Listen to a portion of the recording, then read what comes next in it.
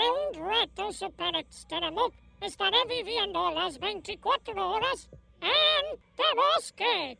¡Tarán! ¿Les gusta? Busquemos ahí. ¿Qué encontramos? Ahí caminando. Hasta que, de pronto, vi algo increíble. No se lo van a esperar. Otra iguana, idéntica a mí. Comenten y denle like si quieren que se llame Bravucón.